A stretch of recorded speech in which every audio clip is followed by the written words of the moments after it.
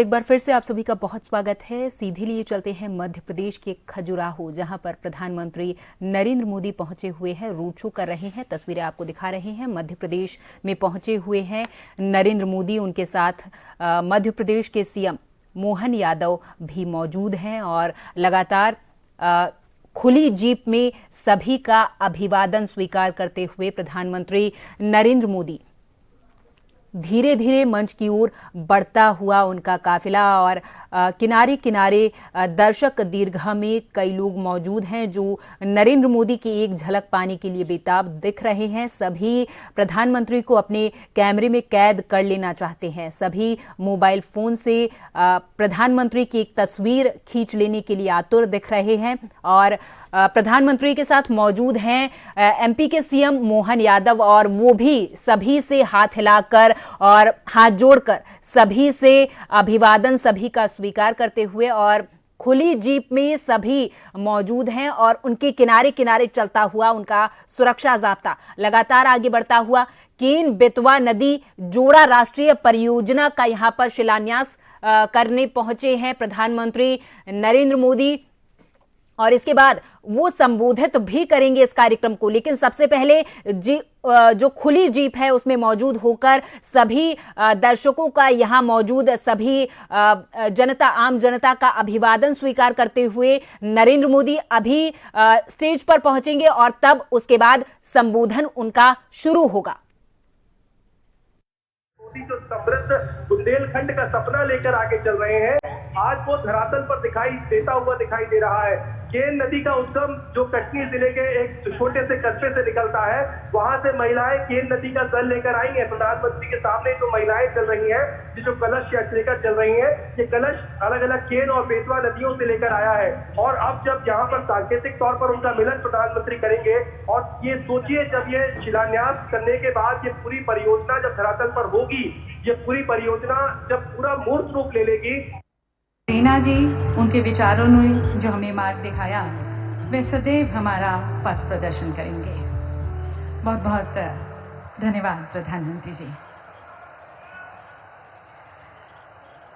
माने टेराकोटा की एक मूर्ति भेंट की जा रही है। ये मूर्ति भारत सरकार के आकांक्षी जिला परियोजना के तहत माटी परियोजना की उपलब्धियों की प्रतिकृति है।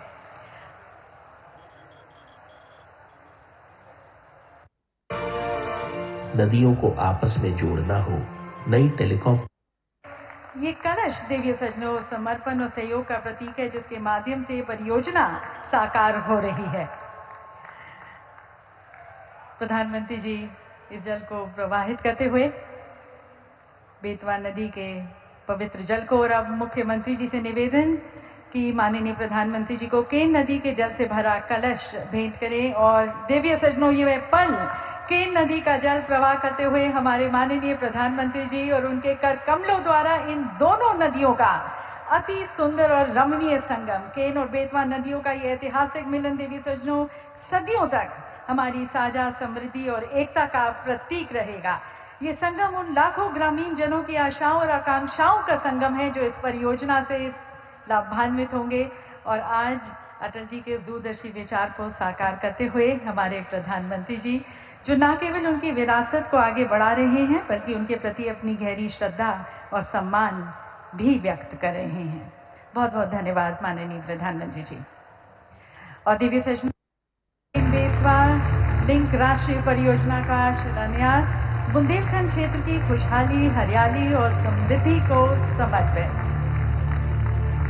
प्रधानमंत्री जी के कर कमलों द्वारा। और अब ये दूसरी परियोजना ऊर्जा आत्मनिर्भरता, ग्रीन ऊर्जा के प्रति सरकार के सतत प्रयासों को प्रदर्शित करता हुआ 518 मेगावाट का पुण्य सलीला मां नर्मदा के ऊपर Omkareshwar floating solar power plant का लोकार्पण।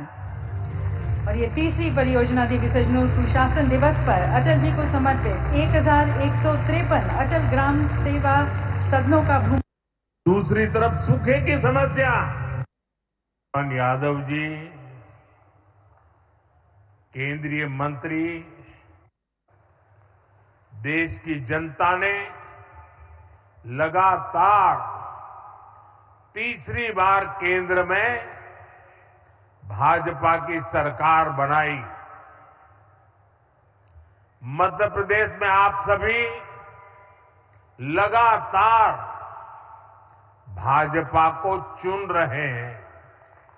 इसके पीछे सुशासन का भरोसा ही सबसे प्रबल है। और मैं तो जो विद्वान लोग हैं, जो लिखा पट्टी एनालिसिस करने में माहिर है, ऐसे देश के गणमान्य लोगों से आग्रह करूंगा कि जब आजादी के 75 साल हो चुके हैं तो एक बार इवैल्यूएशन किया जाए। 100-200 विकास के, जनहित के, गुड गवर्नेंस के पैरामीटर निकाले जाएं और फिर जरा हिसाब लगाएं कि कांग्रेस सरकारें जहां होती हैं वहां क्या काम होता है, क्या परिणाम होता है। जहां लेफ्ट वालों ने सरकार चलाई, कम्युनिस्टों ने सरकार चलाई, वहां क्या हुआ। जहां परिवारवादी पार्टियों ने सरकार चलाई, वहां क्या हुआ। जहां मिलीजुली सरकारें चली, वहां क्या हुआ। और जहां जहां भाजपा को सरकार चलाने का मौका मिला, वहां क्या हुआ। मैं दावे से कहता हूं, देश में जब जब भाजपा को जहां जहां भी सेवा करने का अवसर मिला है, हमने पुराने सारे रिकॉर्ड तोड़ के जनहित के, जन कल्याण के और विकास के कामों में सफलता पाई है। निश्चित मानदंडों पर मूल्यांकन हो जाए, देश देखेगा कि हम जन सामान्य के प्रति कितने समर्पित हैं। आजादी के दीवानों ने जो सपने देखे थे, उन सपनों को साकार करने के लिए हम दिन रात पसीना बहाते हैं। जिन्होंने देश के लिए खून बहाया, उनका रक्त बेकार न जाए, हम अपने पसीने से उनके सपनों को सींच रहे हैं। और सुशासन के लिए अच्छी योजनाओं के साथ ही उन्हें अच्छी तरह लागू करना भी जरूरी है। सरकार की योजनाओं का लाभ कितना पहुंचा, ये सुशासन का पैमाना होता है। अतीत में कांग्रेस सरकारें घोषणाएं करने में माहिर हुआ करती थी।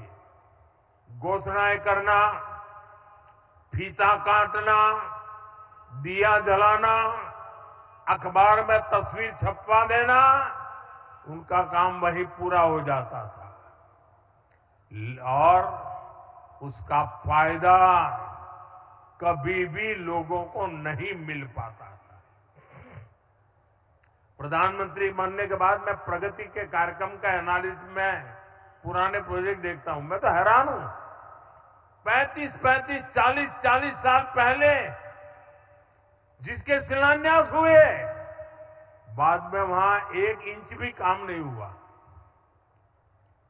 कांग्रेस की सरकारों की ना तो नीयत थी और ना ही उनमें योजनाओं को लागू करने की गंभीरता थी। आज हम पीएम किसान सम्मान निधि जैसे योजना का लाभ देख रहे हैं।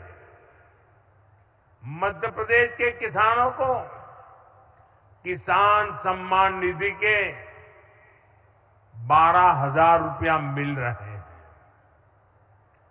ये भी तभी संभव हुआ जब जन धन बैंक खाते खुले।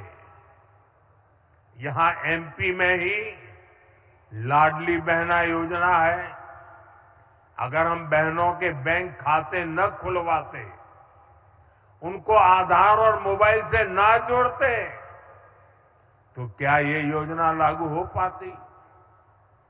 सस्ते राशन की योजना तो पहले से भी चलती थी।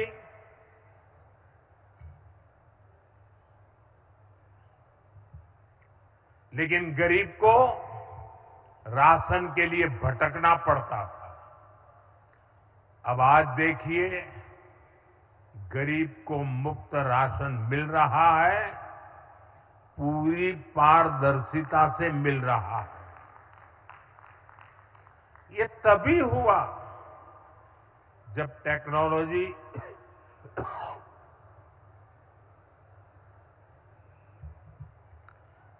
टेक्नोलॉजी लाने के कारण फर्जीवाड़ा बंद हुआ।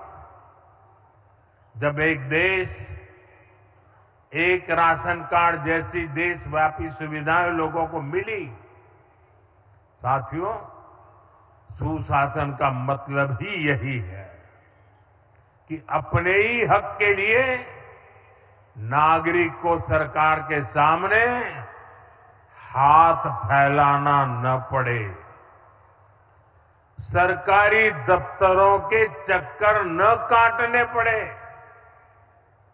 और यही तो सैचुरेशन की 100% लाभार्थी को 100% लाभ से जोड़ने की हमारी नीति है। सुशासन का यही मंत्र भाजपा सरकारों को दूसरों से अलग करता है।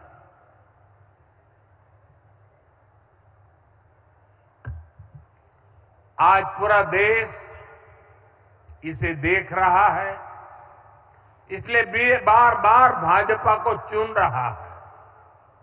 साथियों, जहां सुशासन होता है, वहां वर्तमान चुनौतियों के साथ ही भविष्य की चुनौतियों पर भी काम किया जाता है। लेकिन दुर्भाग्य से देश में लंबे वक्त तक कांग्रेस की सरकारें रही। कांग्रेस गवर्नमेंट पर अपना जन्मसिद्ध अधिकार समझती है, लेकिन गवर्नेंस का उससे 36 का नाता रहा है। जहां कांग्रेस, वहां गवर्नेंस हो ही नहीं सकती। इसका बहुत बड़ा खामियाजा दशकों तक यहां बुंदेलखंड के लोगों ने भी भुगता है। पीढ़ी दर पीढ़ी यहां के किसानों, यहां की माताओं बहनों ने बूंद बूंद पानी के लिए संघर्ष किया। ये हालात क्यों बने? क्योंकि कांग्रेस ने कभी जल संकट के स्थायी समाधान के बारे में सोचा ही नहीं। साथियों, भारत के लिए नदी जल का महत्व क्या है, इसको समझने वाले पहले लोगों में, और आपको भी जब बताऊं तो आश्चर्य होगा,